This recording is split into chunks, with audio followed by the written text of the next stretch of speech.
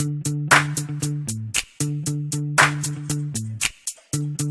VIP. Let's kick it.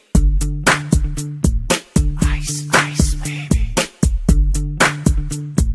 Ice, ice, baby. Alright, stop, collaborate and listen. Ice is back with a brand new invention. Something grabs a hold of me tightly, flow like a harpoon daily and nightly. Will it ever stop? Yo, I don't know. Turn off the lights, and I'll glow. To the extreme, I rock a mic like a vandal. Light up a stage and wax a chump like a candle. Dance, rush the speaker that booms. I'm killing your brain like a poisonous mushroom. Deadly.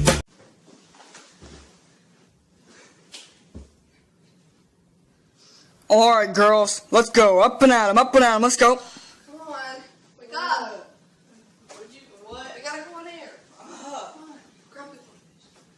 No, you grab the goldfish. No goldfish. Put the goldfish down. No, put it down. Oh. God dang. Right? And action. Hey!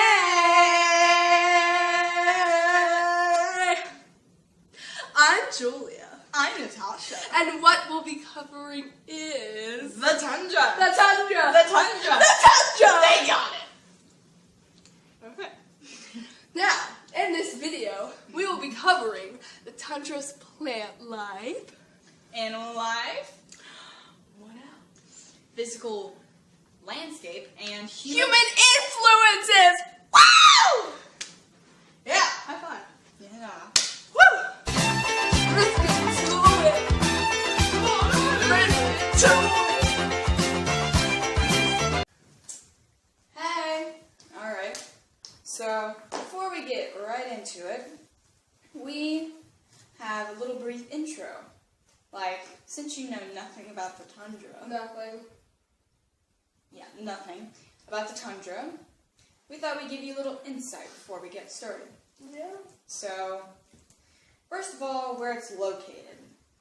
The tundra is located in northern Canada, Antarctica, Alaska, and northern Russia. Yeah, here's a picture. Yeah, Tundra. Alright, Julia, tell me, what is another name for the tundra? The cold desert, am I correct? Yes, you are. Because the tundra, like a desert, gets very little precipitation, such as rainfall, and does not hold very much life. Yeah. But, enough about that. Let's get right into it. Yeah. And we're back with, what are we back with? Animal life. Animal and life. video. Cat. Okay.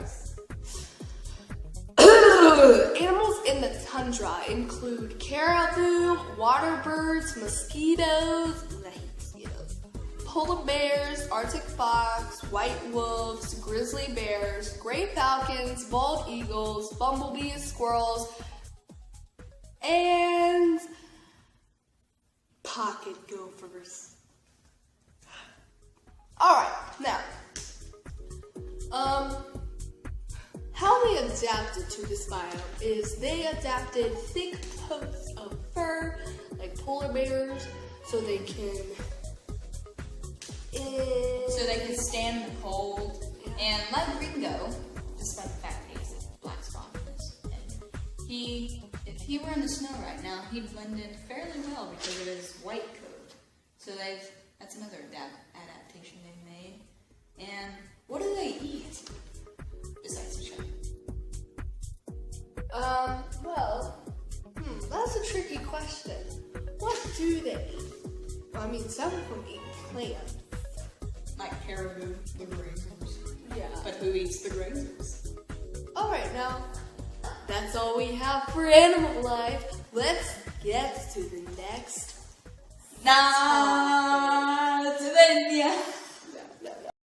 Alright, guys, your lunch break is over. I say your lunch break is over. Come on, we just started eating. Well, that ain't my fault. You should have done eating earlier.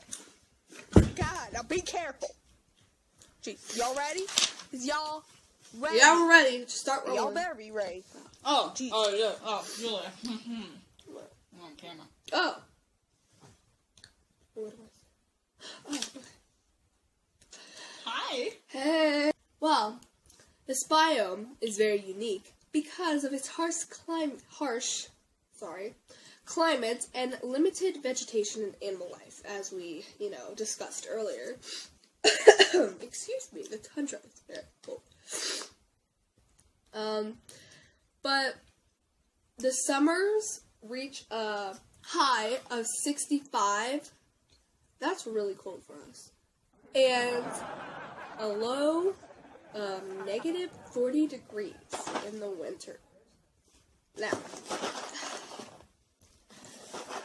almost every day in the tundra, the temperatures are almost, like every day, I'm talking about every day, is almost... The average range in the tundra is about freezing. Yeah, and freezing level is 32. Alright. Well, do you know how long the summer lasts? How long? Like a few months, right? Usually only not even a few months, only 6 weeks. And Whoa! And when I say sunlight, I mean 24 hours of sunlight during the summer. Like, even during the night, so there are basically no nights during the summer. So there's, wow. Every kid's dream. But winter, all the other rest of the year, is, guess what? All dark. Well, hibernation and crap. Still winter.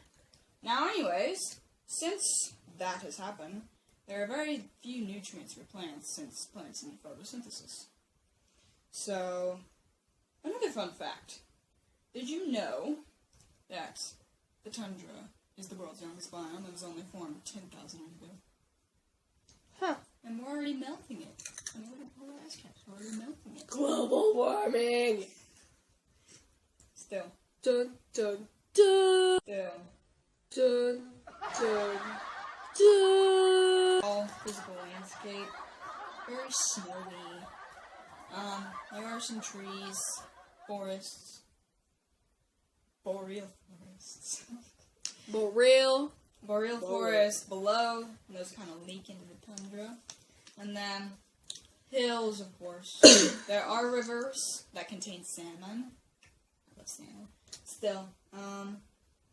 And rocks. Usually ice and snow. Yeah. Physical landscape, everybody. Yay! On to our last. Human interactions in the tundra biome. Now, we all know global warming is a serious, problem on the Earth today.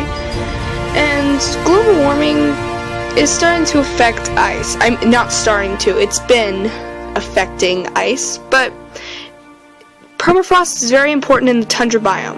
And that can lead to no more permafrost if global warming keeps, getting at high temperatures.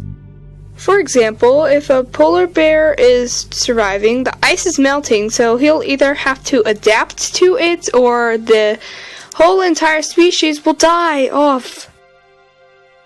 Now, is the ozone layer dissolving?